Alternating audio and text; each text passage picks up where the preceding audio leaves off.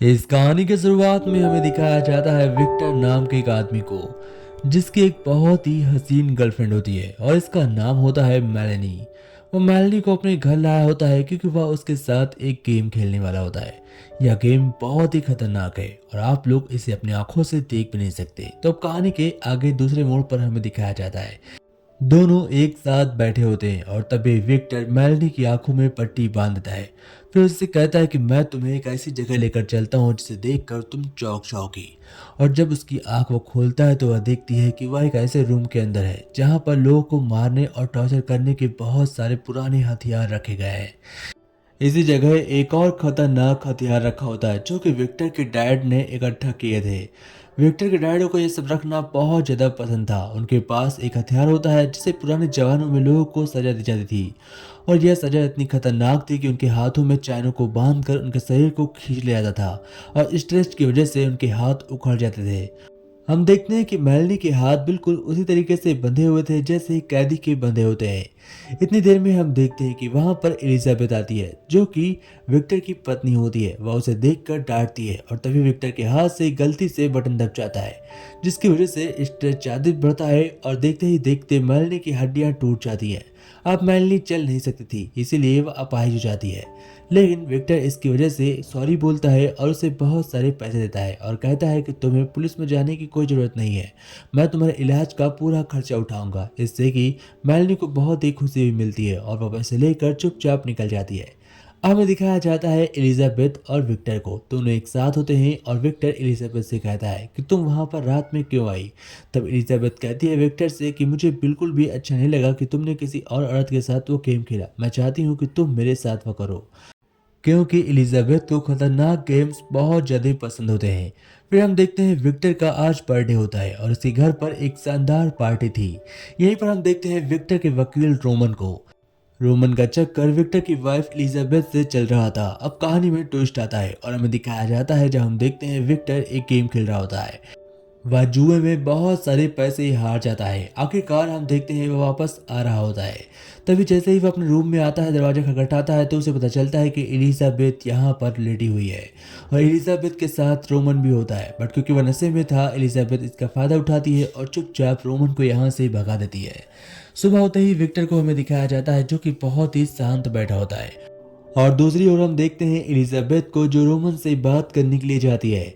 तब रोमन उसे कहता है कि मैं इसे जल्द ही ठिकाने लगा दूंगा और इस गेम को हम ही जीतेंगे। उनका एक प्लान होता है कि वे विक्टर को मारकर उसकी पूरी प्रॉपर्टी हड़प लेंगे, बट यह करना बहुत ही मुश्किल था। इसी बीच हम देखते हैं रोमन अपने एक खास दोस्त के पास जाता है जो कि केमिकल बनाने में बहुत ही अच्छा डॉक्टर होता है। वह रोमन को कुछ ड्रग्स की बूंद देता है और कहता है कि अगर तुम इस ड्रग्स को किसी को दोगे तो पहले तो वह पैरालाइज होगा और फिर तुम्हें पता नहीं चलेगा कि वह जिंदा है या मरा हुआ है।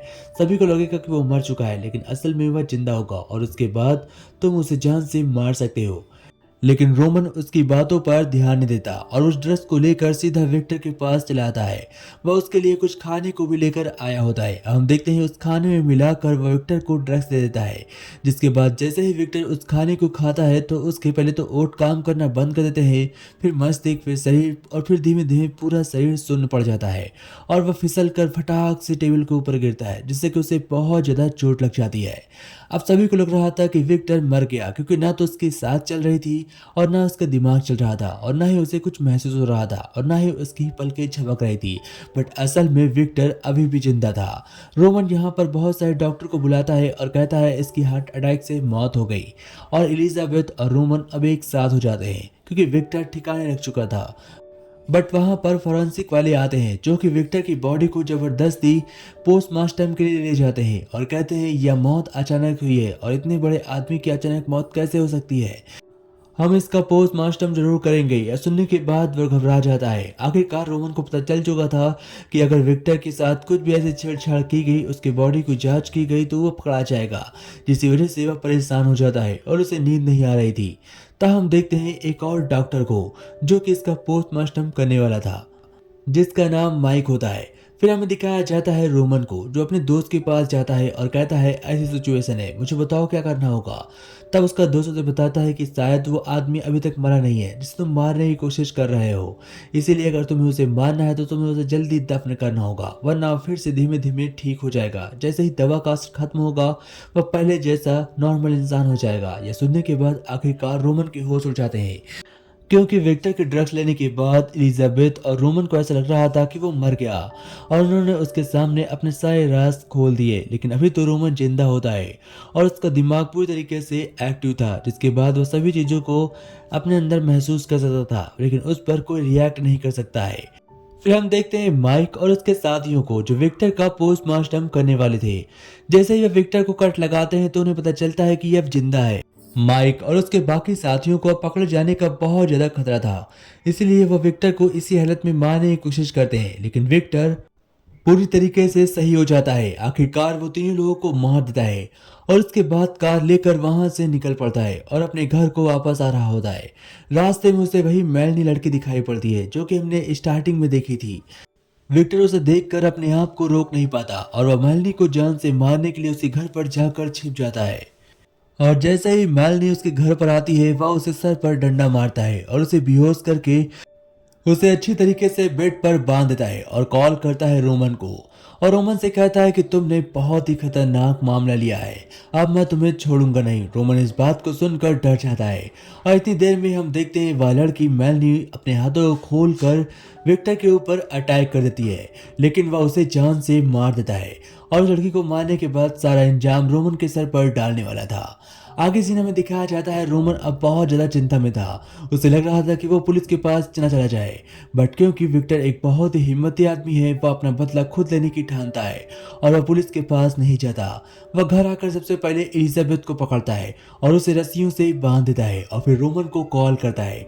रोमन अपने घर पर जैसे ही वापस आता है तो वह देखता है एलिजाबेथ रस्सियों से बंधी हुई है। और फिर विक्टर रोमन से कहता है कि जो मैं कहूंगा वो तुम करोगे, वरना मैं एलिजाबेथ के साथ साथ तुम्हें भी जान से मार दूंगा। यह सुनने के बाद वो कहता है ठीक है, मैं वही करूंगा जो तुम कहोगे, बताओ मुझे क्या करना है। विक्टर रोमन से कहता है कि तुम इस जगह पर लेट जाओ जहां पर मेलनी एक समय पर लेटी हुई थी। फिर वह एलिजाबेथ से उसके हाथों पैरों को जंजीरों से बंधवा देता है और फिर मशीन को चालू करता है। मशीन का खिंचाव बढ़ता है और धीमे धीमे स्टेज बढ़ने की वजह से आखिरकार रोमन के देखते ही देखते दोनों हाथ उखड़ जाते हैं और वह दर्द से तड़फ तड़फ कर चीख रहा होता है। वह चीखता जाता है। फिर आखिरकार एलिजाबेथ उस पर रहम करती है और उसे जान से मार देती है। लेकिन तभी एलिजाबेथ को वहां पर पड़ा एक हथियार दिखाई पड़ता है। वह उसे उठाती है और सीधा विक्टर के सर में घुसा देती है और विक्टर मारा जाता है और सारी प्रॉपर्टी एलिजाबेथ की हो जाती है।